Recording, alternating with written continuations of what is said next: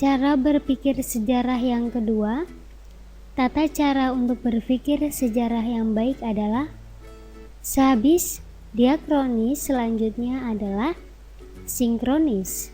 Ini adalah sudah tata bicara di bahasa Yunani atau Romawi.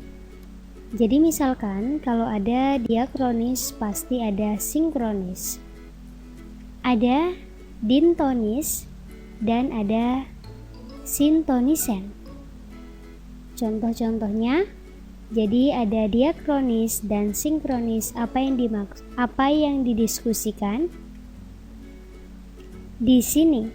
Ciri-cirinya adalah senada. Jadi ini menyertakan ilmu sejarah. Senada dengan ilmu sosial lainnya. Maksudnya apa? Kalau sosiologi biasanya membicarakan tentang hal yang melebar, bukan memanjang, dan antropologi atau artropologi begitu sama saja membicarakan tentang bagaimana manusia berbudaya.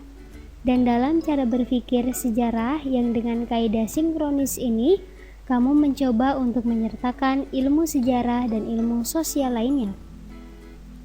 Secara waktu kita berbicara seperti ini, spesifik di Neolitik. Awal mulanya di pertanian dan menjelaskan sebuah pertanian dalam berpikir sejarah yang sinkronis.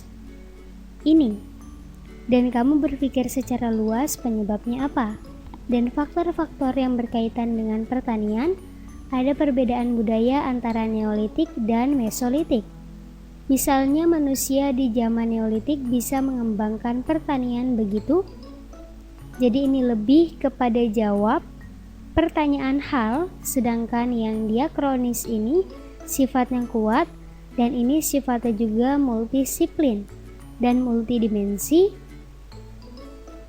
Dan ini kalau belajar tentang sinkronis kita menyamakan atau mengaitkan sejarah dan ilmu-ilmu lainnya. Kenapa penting cara berpikir sinkronis? Karena melebar dan tidak di sejarah. Justru itu pentingnya dengan menggunakan kaidah pikir sinkronis. Kamu bisa menjawab hal kejadian kenapa pada zaman pergerakan Indonesia bisa membuat organisasi macam-macam. Pasti ada penyebab-penyebab sebelumnya.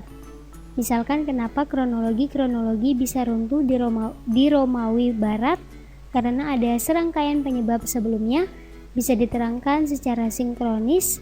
Ini karena diakronis hanya menceritakan kejadian.